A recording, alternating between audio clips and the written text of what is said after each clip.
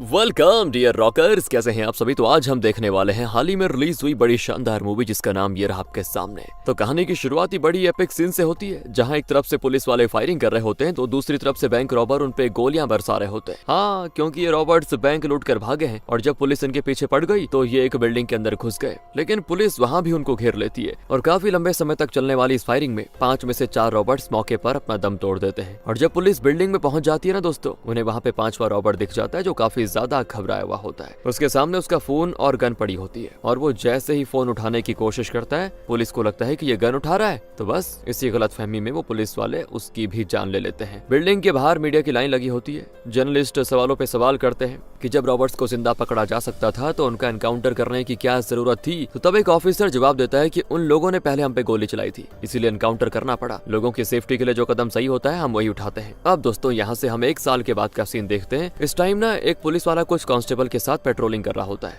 और तब उसको ऐसा महसूस होता है कि झाड़ियों में कोई तो छिपा हुआ है। वो जैसे गाड़ी के बाहर आकर देखने की कोशिश करता है, तभी वहाँ पे विनोद नाम का आदमी आकर उस ऑफिसर को मारना शुरू कर देता है और देखते देखते विनोद के बाकी सारे साथी मौके पे पहुंच जाते हैं और ऑफिसर के साथ साथ कांस्टेबल को भी बहुत बुरी तरह मारते हैं। हालत खराब करने के बाद विनोद और उसके साथी सभी पुलिस वालों को उनकी वैन में ही बंद कर देते हैं। अब विनोद ऑफिसर से कहता है कि मुझे तुमसे कोई दुश्मनी नहीं है, लेकिन तेरी वर्दी से जरूर है। मैं हर पुलिस वाले से नफरत करता हूँ। लेकिन दोस्तों ऐसा क्यों है वो हमें आगे पता चलेगा। इसके बाद विनोद उस गाड़ी को चालू करके सीधे ट्रांसफार्मर से टकरा देता है और एक जोरदार धमाके के साथ साथ सभी पुलिस वाले मौके पर मारे जाते हैं। विनोद फिर आता है अपने ठिकाने पे, जहां वो और उसके सारे साथी जमीन के नीचे बने हुए सीवर सिस्टम में घुसकर कुछ तो काम कर रहे होते हैं। ये काम बड़ी सावधानी और बड़े ही फास्ट तरीके से अंजाम दिया जा रहा होता है। अभी तो नहीं बताया जाता कि यहाँ पे हो क्या रहा है, लेकिन जब आप जानोगे ना आपके भी होश उड़ जाएंगे। अब सीन मुड़ता है अर्जुन नाम के कांस्टेबल पर। वो अपनी माँ को देखने हॉस्पिटल आया होता है क्योंकि उसकी माँ को ट्यूमर का ऑपरेशन होने वाला है। कल की डेट है तो आज रात तक सारे पैसे जमा करने होंगे, जो कि करीब 18 लाख रुपए हैं। अर्जुन अपने पिता से कहता है कि आप यहीं पे रुककर माँ का ख्याल रखिए, मैं पुलिस स्टेशन जाकर अपना ज्वाइनिंग लेटर लेके आता हूँ और आते हुए पैसे भी लेकर आऊंगा। जिस पर उसके पिता मान जाते हैं क्योंकि आज से ही अर्जुन की कांस्टेबल की नौकरी शुरू होने वाली है। उसने काफी मुश्किलें झेली लेकिन नौकरी उसे मिल गई। इसके बाद अर्जुन अपने 2 दोस्तों के साथ पुलिस स्टेशन आता है, जो खुद भी अपना ज्वाइनिंग लेटर लेने के लिए आए होते हैं। उसके मतलब वो बाकी 2 दोस्त। तो यहाँ आने के बाद अर्जुन एक ऑफिसर से कहता है, सर हमें हमारा ज्वाइनिंग लेटर चाहिए ताकि कल से हम नौकरी शुरू कर सके। तो ऑफिसर कहता है, सब इंस्पेक्टर तो बाहर गए हुए हैं जरूरी काम से, इसलिए बाहर बैठ के तुम इंतजार करो, वो आएंगे तो तुम्हें लेटर मिल जाएगा। इसलिए अर्जुन भी अपने दोस्तों के साथ बाहर इंतजार करने लग जाता है। वहाँ पर 3 और लोग मौजूद होते हैं। वो तीनों भी अपना ज्वाइनिंग लेटर लेने के लिए आए हुए थे। तो बात करने पर अर्जुन को पता चलता है कि ये उन्हीं कांस्टेबल के बेटे हैं जिनको विनोद ने मार डाला। दोस्तों वो इसी स्टेशन में काम करते थे, इसलिए उनकी जगह इनको नौकरी मिल गई। लेकिन इनको इंतजार करते करते सुबह से शाम हो जाती है पर इंस्पेक्टर नहीं आता। अर्जुन अपने भाई को फोन करके कहता है, मैं पैसे नहीं ला पाया पर फिक्र मत करना, मैं सुबह सुबह पैसे लेकर आ जाऊंगा। वो ऑफिसर अर्जुन और बाकी कांस्टेबल से कहता है कि देखो जब तक इंस्पेक्टर नहीं आ जाते तब तक जाओ और आसपास पेट्रोलिंग करके आओ, खाली मत बैठे रहो। इसलिए सभी आसपास घूमने लगते हैं। तब वहाँ पे अनु नाम की लड़की आती है दोस्तों, जो अर्जुन से कहती है, कब से फोन कर रही हूँ, आखिर तुम उठा क्यों नहीं रहे, मुझे तुमसे जरूरी बात करनी है कुछ। तो अर्जुन कहता है, वो मैं अपना फोन हॉस्पिटल भूल गया था इसीलिए, और फिलहाल दोस्त का फोन यूज कर रहा हूँ। अनु कहती है, देखो अर्जुन मेरी मंगनी हो गई है, इसलिए आज मैं तुमसे आखिरी बार पूछना चाहती हूँ, अगर तुम मुझसे प्यार करते हो तो चलो भागकर शादी कर लेते हैं, वरना कल से मैं किसी और की हो जाऊंगी, वो भी हमेशा हमेशा के लिए। और ये सुनकर अर्जुन कोई रिएक्ट नहीं करता, वो सिर्फ गहरी सोच में पड़ जाता है। लेकिन ऐसा क्यों दोस्तों, वो जानने के लिए हमें जाना पड़ेगा फ्लैशबैक में। तो बात है अर्जुन की, एक निहायत ही निकम्मा लड़का जिसे दुनिया में किसी चीज से फर्क नहीं पड़ता, पढ़ाई में तो सबसे पीछे, 12th का एग्जाम 7 बार ट्राई करने के बाद भी पास नहीं कर पाया। हालांकि वो मिडिल क्लास परिवार से आता था, लेकिन हमेशा अपने पिता को कोसता रहता था कि कुछ पैसे कमा लिए होते तो शान की जिंदगी होती मेरी। उसी के पड़ोस में अनु रहती थी। पड़ोसी होने की वजह से दोनों एक दूसरे के अच्छे दोस्त बन गए और ये दोस्ती धीरे धीरे प्यार में बदल गई। सभी से छुप छुप कर घूमना फिरना उनका डेली का हो गया था। पर तब एक दिन अनु के पिता उसको अर्जुन के साथ देख लेते। उनको पता था कि अर्जुन निकम्मा है, उसको कुछ नहीं आता, इसलिए वो सीधे उसे कह देते हैं कि तुम जैसे निकम्मे लड़के के साथ मैं अपनी बेटी का रिश्ता कभी भूल कर भी नहीं करूंगा। जिंदगी सिर्फ प्यार से नहीं चलती, उसके लिए हिम्मत, जिम्मेदारी और इज्जत चाहिए, जो तुम्हें जरा सी भी नहीं है। ये सुनकर अर्जुन को गुस्सा आ जाता है। वो घर आकर सारी बातें अपने पिता को बताते हुए उन्हें खूब चिल्लाता है कि काश ढेर सारे पैसे होते आपके पास, अमीर बाप का बेटा समझकर अनु के पिता तुरंत उसको मुझे सौंप देते। अब बेटे की बातों से दोस्तों पिता का दिल छलनी हो जाता है कि कैसी बातें कर रहा है ये, और वो अर्जुन की ऐसी बातें बर्दाश्त करके थक चुके थे दोस्तों। इसीलिए वो आखिरकार कह देते हैं कि कभी तूने अपनी माँ को देखा है, उसको ट्यूमर है, तूने कभी उसका हालचाल पूछा कि वो ठीक है भी ये नहीं, उसके ऑपरेशन के लिए 18 लाख लगेंगे, लेकिन वो ऑपरेशन करवाने को तैयार नहीं है। पता है किस लिए? ताकि उन पैसों से तू कोई बिजनेस या अपना करियर बना सके। लेकिन तूने कभी एक बार प्यार से उससे बात तक नहीं की। इतने ही पैसे चाहिए ना तुझे, तो वो 18 लाख ले ले और जो करना है कर। एक बार तेरी माँ मर जाए उसके बाद खुद आत्महत्या कर लूंगा मैं और ये घर भी तेरे नाम कर दूंगा। तब ये तेरे पैसों की जो प्यास है ना बुझ जाएगी तेरी। और दोस्तों ये बातें अर्जुन के दिल पर चाकू की तरह लग जाती है। वो इस बात को जानकर पहले तो खूब सारा रोता है कि मुझसे ये क्या हो गया, मुझे ऐसा नहीं करना चाहिए था। अब जाकर उसको अकल ठिकाने आई, इसीलिए वो मेहनत करके कांस्टेबल की नौकरी हासिल करता है। और जब अर्जुन को नौकरी मिली तब उसके पिता अनु के पिता से बात करने जाते हैं कि मेरा बेटा बहुत अच्छा है, अब उसे नौकरी भी मिल गई है। पर अनु के पिता कहते हैं कोई मुझसे पूछेगा मेरा दामाद क्या करता है तो मैं यही कहूंगा ना कि वो कांस्टेबल है। अरे इंस्पेक्टर होता तो समझ भी आता, कांस्टेबल क्या है, कुछ नहीं। इसके बाद वो जबरदस्ती अनु की मंगनी किसी और से करवा देता है दोस्तों। और इसीलिए अनु अर्जुन से मिलने आई थी कि देखो मैं तुमसे प्यार करती हूँ, अगर तुम भी करते हो तो भागकर शादी कर लेते हैं। लेकिन अर्जुन कहता है मैं ऐसा देखो कोई काम नहीं करूंगा जिससे मेरे पिता को शर्मिंदा होना पड़े। तो अनु कहती है मैं तुम्हारे कॉल का 12 बजे तक इंतजार करूंगी, अगर फोन नहीं आया तो उसके बाद तुम कभी मुझे देख नहीं पाओगे। तो दोस्तों अब अनु के जाने के बाद सभी कांस्टेबल पेट्रोलिंग कर रहे होते हैं। तभी उनको टनल के ढक्कन से एक आदमी बाहर निकलता हुआ दिखाई देता है। उसको देखकर पहले सभी हैरान कि इतनी रात गई ये अंदर क्या कर रहा था। वो उससे कुछ पूछ पाते, इससे पहले वो आदमी भागना शुरू कर देता है। और फिर सभी कांस्टेबल उसके पीछे पड़ जाते हैं। पीछा करते करते स्लम एरिया में आ जाते हैं जहाँ सिर्फ झोपड़ियों की भूल भुलैया होती है। और ये एरिया पूरा खाली है दोस्तों। लोगों को सरकार ने यहाँ से बाहर निकाल दिया है क्योंकि यहाँ पर अब बिल्डिंग वगैरह बनने वाली है। और इतनी भूल भुलैया में वो आदमी कहीं गायब हो जाता है। तभी ऑफिसर एक कांस्टेबल रमेश को फोन करके कहता है कि कहाँ हो तुम लोग। तो रमेश कहता है कि हमें एक बंदा मिला था, बस उसी का पीछा कर रहे हैं, आ जाएंगे जल्दी।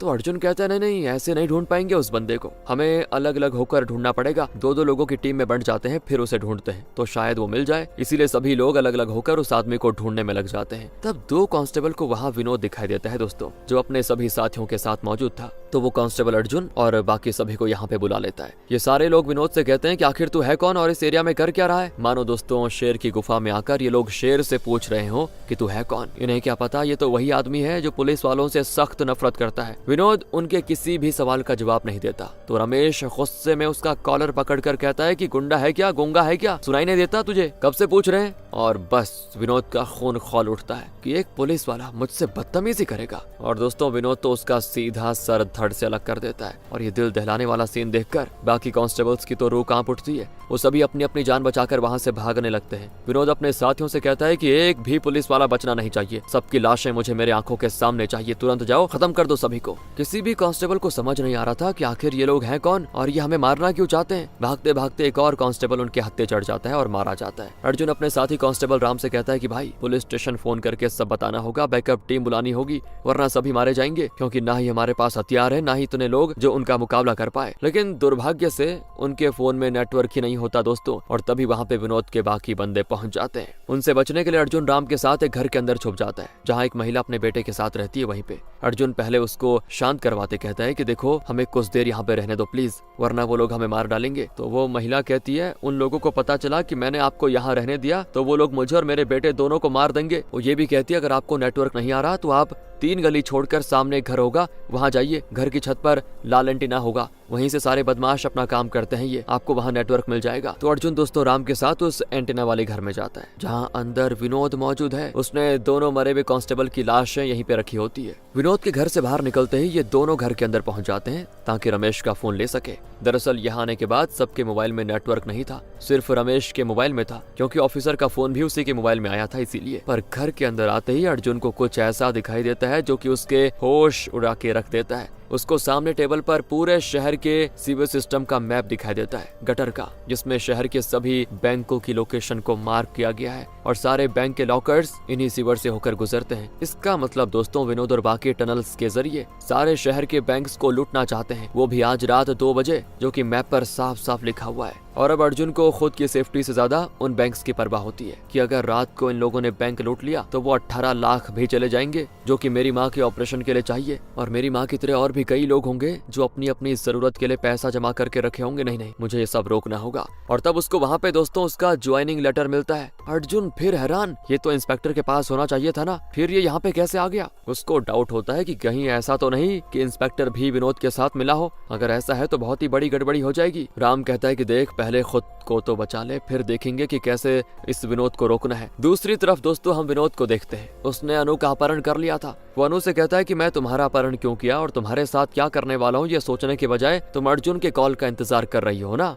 मुझे भी उसी के कॉल का इंतजार है। वो तो अभी खुद जिंदगी और मौत की रेस लड़ रहा होगा, इसीलिए भूल जाओ उसको। ये सुनकर अनु काफी ज्यादा घबरा जाती है कि ये कह क्या रहा है, इसे तो सब पता है, यानी कि इसने अर्जुन को भी मुसीबत में डाल के रखा हुआ है। तो वहीं दोस्तों राम अर्जुन से कहता है यहाँ सिर्फ तेरा ही ज्वाइनिंग लेटर क्यों है भाई, हमारा क्यों नहीं, कहीं ऐसा तो नहीं कि वो तुझे जानता हो। ये सुनकर अर्जुन भी हैरान, वो कहता है कि उसका और मेरा मतलब क्या रिलेशन हो सकता है, लेकिन फिलहाल हम अपने डिपार्टमेंट में किसी पर भी भरोसा नहीं कर सकते। तब राम कहता है कि मेरे पास एक जुगाड़ है। उसको कमरे के अंदर कई सारे रेडियो नजर आते हैं, उनमें वॉकी टॉकी कनेक्ट करके जो विनोद था ना, वो टनल में अपने साथियों से बातें किया करता था। राम कहता है कि अगर हम इन रेडियो की फ्रीक्वेंसीज हमारे पुलिस डिपार्टमेंट की फ्रीक्वेंसी से कनेक्ट कर ले तो यहाँ से हम सिर्फ विनोद के वॉकी टॉकी के जरिए न सिर्फ अपने डिपार्टमेंट से बात कर पाएंगे बल्कि इस शहर के किसी भी डिपार्टमेंट से बात कर सकते हैं। पर एक प्रॉब्लम है, हमें हमारे डिपार्टमेंट के रेडियो फ्रीक्वेंसी का नंबर चाहिए होगा, तभी जाकर हम उसे वॉकी टॉकी से कनेक्ट कर सकते हैं। अब अर्जुन कहता है कि हम हमारे डिपार्टमेंट से किसी को भी कॉल नहीं कर सकते,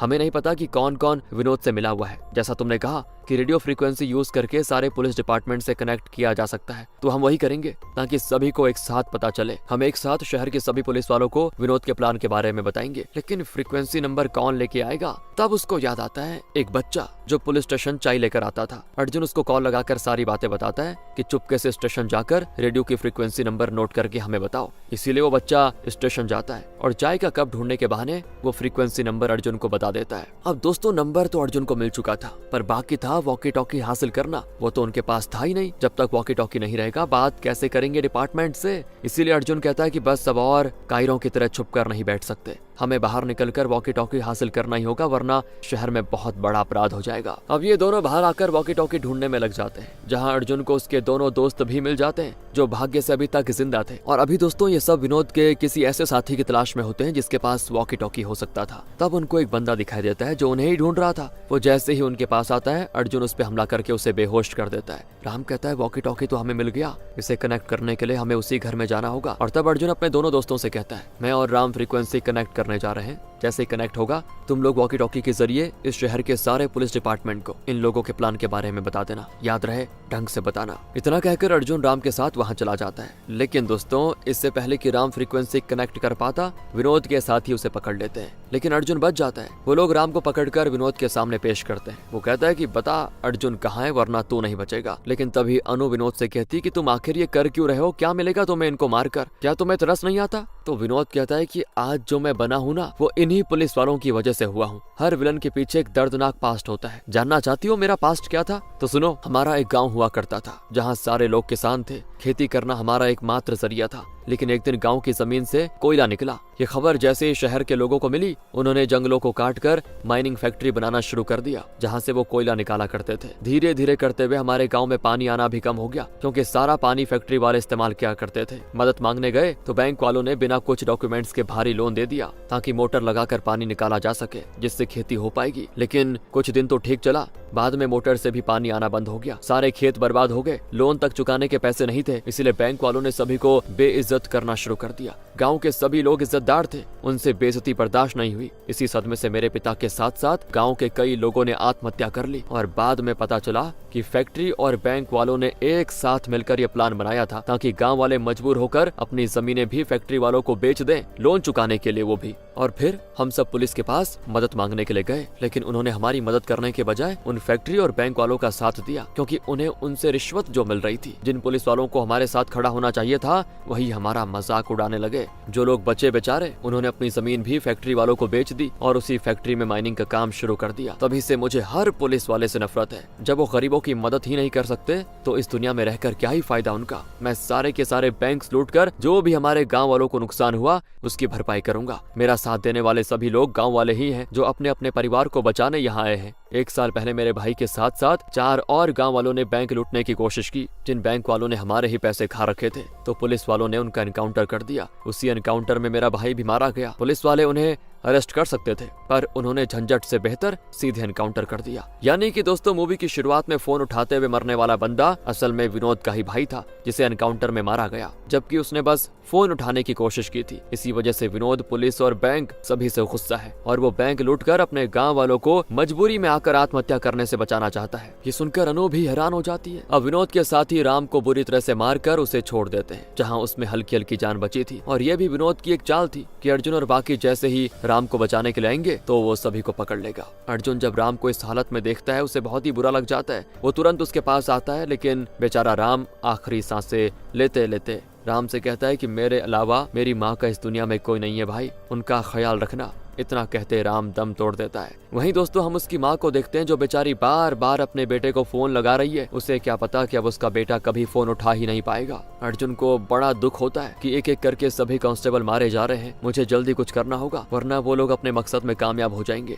पर दोस्तों अब अर्जुन के सामने ये भी मुसीबत थी कि रेडियो फ्रीक्वेंसी कनेक्ट करने वाला राम तो मर चुका है। अब सारे डिपार्टमेंट को इनके प्लान के बारे में कौन कैसे बताएगा। तो वहाँ पे एसआई पहुंच जाता है, जो विनोद के साथ ही मिला हुआ था। वो जैसे ही अर्जुन और बाकियों को देखता है उन्हें शूट करने की कोशिश करता है, पर अर्जुन और बाकी जैसे तैसे अपनी जान बचाकर एक जगह छुप जाते हैं। अब एसआई विनोद से कहता है कि कैसे भी करके वो लोग बचने नहीं चाहिए, अगर वो बच गए तो मैं फंस जाऊंगा। इतना कहकर वो तो चला जाता है, लेकिन अर्जुन ने इसी दौरान एसआई का वॉकी टॉकी ले लिया था, जो कि पहले से ही शहर के हर डिपार्टमेंट से कनेक्ट है। अर्जुन तुरंत उस वॉकी टॉकी के जरिए सभी पुलिस डिपार्टमेंट को अलर्ट कर देता है कि आज रात 2 बजे शहर के सभी बैंक में चोरी होने वाली है। ये सुनकर शहर भर में अफरा तफरी मच जाती है। सारे पुलिस वालों को बैंक की सुरक्षा के लिए तैनात कर दिया जाता है। इसी दौरान अर्जुन को उस महिला से पता चलता है कि विनोद ने अनु को बंदी बना के रखा हुआ है। वो महिला विनोद को उस जगह लेके जाने के लिए तैयार हो जाती है जहाँ अनु मौजूद है, तो अर्जुन तुरंत उसके साथ हो जाता है। इधर अर्जुन का एक दोस्त हरी विनोद के हत्थे चढ़ जाता है, तो विनोद कहता है कि बता वो अर्जुन कहाँ छिप कर बैठा हुआ है, अगर तूने बता दिया तो तुझे जिंदा छोड़ दूंगा,